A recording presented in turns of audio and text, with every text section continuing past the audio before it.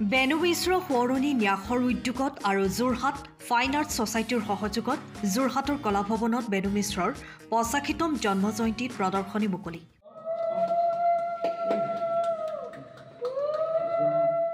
বেনু মিশ্ৰ সোঁৱৰণী ন্যাসৰ উদ্যোগত আৰু যোৰহাট ফাইন আৰ্ট ছ'চাইটিৰ সহযোগত আজি যোৰহাটৰ কলাভৱনত বিশিষ্ট চিত্ৰ আৰু ভাস্কৰ্য শিল্পী বেনু মিশ্ৰৰ ৮৫তম জন্ম জয়ন্তী উদযাপন। জন্ম জয়ন্তীৰ লগত সংগতি ৰাখি এখনি শিল্পীগৰাকীৰ শিল্পকৰ্মৰ প্ৰদৰ্শনীৰ লগতে আলোচনা সভা অনুষ্ঠিত কৰা হয়। উক্ত জন্মদিনৰ অনুষ্ঠান বন্তি প্ৰজ্বলনেৰে শুভ উদ্বোধন কৰে ডিব্ৰুগড় বিশ্ববিদ্যালয়ৰ অৱসৰপ্ৰাপ্ত অধ্যাপক ডক্টৰ পৰমানন্দ মহন্তই। বিশিষ্ট শিশু সাহিত্যিক শান্তনু তামুলীয়ে শিল্পকৰ্মৰ প্ৰদৰ্শনী মুকলি কৰে।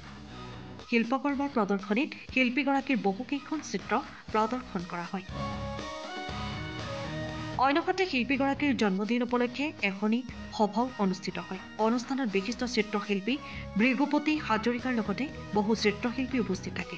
উল্লেখ্য যে অসমৰ আধুনিক শিল্পকলা ক্ষেত্ৰৰ অন্যতম হোতা বিশিষ্ট চিত্ৰ ভাস্কৰ্য শিল্পী শিল্পকলা ক্ষেত্ৰৰ অগ্ৰণী অনুষ্ঠান গুৱাহাটী আৰ্টিষ্ট গিল্ডৰ প্ৰতিষ্ঠাপক সভাপতি আছিল বেনু মিশ্ৰ। যোৰহাটৰ দৰে এখন ঐতিহ্যপূৰ্ণ স্থানত আমি এগৰাকী মহান চিত্ৰশিল্পী অসম তথা ভাৰতৰেই নমস্য চিত্ৰশিল্পী বেনু মিশ্ৰৰ আজি ৮৫ সংখ্যক জন্মদিন। এই জন্মদিন উপলক্ষে যোৰহাট ফাইন আৰ্ট ছ'চাইটিৰ সহযোগত বেনু মিশ্ৰ ন্যাসৰ যোগেদি এখন প্ৰদৰ্শনী আয়োজন কৰা হৈছে। এই প্ৰদৰ্শনীত বেনু মিশ্ৰৰ জীৱনৰ অধিক গুৰুত্বপূৰ্ণ সময়ৰ কলাকৰ্মখিনি প্ৰদৰ্শিত হৈছে।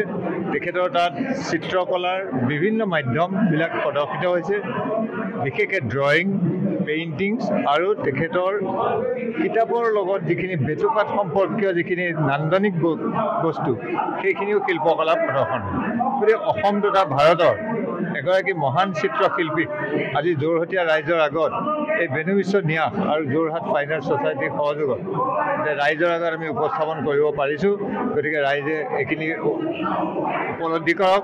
তেখেতসকলে বেনু মিশ্ৰৰ বিশিষ্ট যি তেখেতৰ ব্যক্তিত্ব, তেখেতৰ যি পাণ্ডিত্য, তেখেতৰ যি শিল্পকলাৰ প্ৰতি তেখেতৰ আজন্ম এটা তাৰণা, তেখেতৰ সেই তাৰণা আজি চিত্ৰকলাৰ মাজত পৰিৱেশিত হৈছে। এইখিনি আমাৰ সঁচাকৈ যোৰহাটৰ মানুহৰ কাৰণে এটা গৌৰৱৰ কথা। আমিও সঁচাকৈ আনন্দিত হৈছোঁ যে তেনে এজন মহান পুৰুষক ৰাইজৰ মাজলৈ চিত্ৰকলাৰ মাধ্যমত আমি আগবঢ়াই দিওঁ।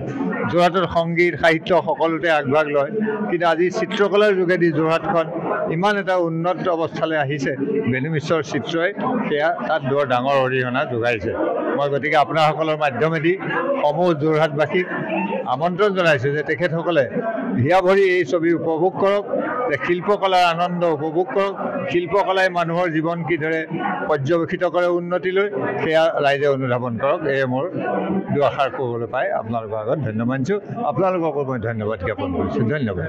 বেনু মিশ্ৰ সোঁৱৰণী সন্থা আৰু যোৰহাট ফাইন আৰ্ট ছ'চাইটিয়ে লগ লাগি বেনু মিশ্ৰ ডাঙৰীয়াৰ ৮৫তম জন্ম দিৱস উপলক্ষে এখন তেখেতৰ চিত্ৰ প্ৰদৰ্শনী আয়োজন কৰিছে। আৰু এই প্ৰদৰ্শনীত বেনু মিশ্ৰ ডাঙৰীয়াৰ বিভিন্ন পেইণ্টিংছ, তেখেতৰ ৰেখাচিত্ৰ ইয়াত প্ৰদৰ্শন কৰা হৈছে। এই প্ৰচেষ্টা অতি মই ভাবোঁ যে আদৰণীয়। আমি বেনু মিশ্ৰক আমাৰ মাজত সদায় বিচাৰোঁ আৰু তেখেতে যি শিল্পী কৰ্ম, ভাস্কৰ্য ইত্যাদি অসমীয়া জাতিটোক চহকী কৰি থৈ গ'ল। তেখেতক আমি অনাগত দিনত মনত ৰখাৰ প্ৰয়োজন আছে আৰু তেখেতৰ চিত্ৰৰাজি, তেখেতৰ পেইণ্টিংছসমূহ বিভিন্ন দৃষ্টিকোণৰ পৰা অধ্যয়ন কৰা আৰু নতুন চাম যিসকল চিত্ৰশিল্পী আমাৰ শিশুৰ মাজত, আমাৰ যুৱকসকলৰ মাজত গঢ়ি উঠিছে, তেওঁলোকক উৎসাহ জনাব বুলি মই আশা কৰিলোঁ। এজন মছাক মামুনি খবৰে মিত্ৰ, আপুনি মছাক মাম হিচাপে কি ক'ব? মানে উঠিব জন্মক কোনটো ক'লে? মছাক মাম হিচাপে কি ক'ব? আচলতে ছবিয়ে কথা কয় আৰু ছবি কথা ক'ব পৰা গুণ শিল্পীৰ হাতত থাকে। সকলো শিল্পীয়েই ছবিয়ে কথা ক'ব পৰাকৈ অংকন কৰিব পৰা সামৰ্থ্য নাথাকিব পাৰে কিন্তু শিশুসকলৰ মাজত প্ৰথমে ছবিয়ে শিক্ষাৰ জগতলৈ তেওঁলোক আকৰ্ষণ কৰে যে শিক্ষকসকলে বা যিসকল ছাত্ৰ ছাত্ৰী চিত্ৰৰ প্ৰতি আকৰ্ষিত বা চিত্ৰশিল্পী আছে তেওঁলোকে ভৱিষ্যতে যদি শিশুসকলক একোজন ভাল পঢ়ুৱৈ হিচাপে পাঠক হিচাপে বিচাৰি পাবলৈ বিচাৰে তেনেহ'লে তেওঁলোকক সৰুতেই ভাল ছবি প্ৰদৰ্শন কৰাৰ সুবিধা দিব লাগে যাতে তেওঁলোকে ইয়াত বেনুমিশ্ৰ ডাঙৰীয়াৰ সেই সন্দৰ্ভত আপুনি উঠি অহা প্ৰজন্মক ইয়াত চাবৰ কাৰণে কি ক'ব হয় আচলতে ছবিয়ে শিল্পীৰ মনৰ কথা কয় গতিকে শিল্পীজনে কি কথা ক'বলৈ বিচাৰিছে তেওঁ ছবিখনত প্ৰতিভাত কৰিবলৈ বিচাৰে যিধৰণে এজন লেখকে নিজৰ মনৰ কথা তেওঁৰ সাহিত্যৰ মাজত প্ৰকাশ কৰিবলৈ বিচাৰে গতিকে চিত্ৰৰ ভাষা আৰু সাহিত্যৰ ভাষা দুয়োটা বেলেগ চিত্ৰৰ ভাষা বুজিবৰ কাৰণে মই ভাবোঁ যে চিত্ৰ চৰ্চা কৰা প্ৰয়োজন ছবিৰ ভাষা বুজাব প্ৰয়োজন আৰু এই কামটো আমাৰ চিত্ৰশিল্পীসকলে আমাৰ উঠি অহা প্ৰজন্মক শিকাব পাৰে যে এখন ছবি আমি কেনেকৈ চাব লাগে কেনেকৈ অধ্যয়ন কৰিব লাগে তাৰ মাজত আমি কেনেকৈ সমাজ সংস্কৃতি ইত্যাদি বিভিন্ন কথাবিলাক গম পাব পাৰোঁ মই ভাবোঁ যে এইটো তেওঁলোকৰেই কৰ্তব্য ব্যুৰ' ৰিপৰ্ট টাইম অফ আছা সময়ৰ খবৰ সময়ত পাবলৈ ফ'ল' কৰক টাইম অফ আছা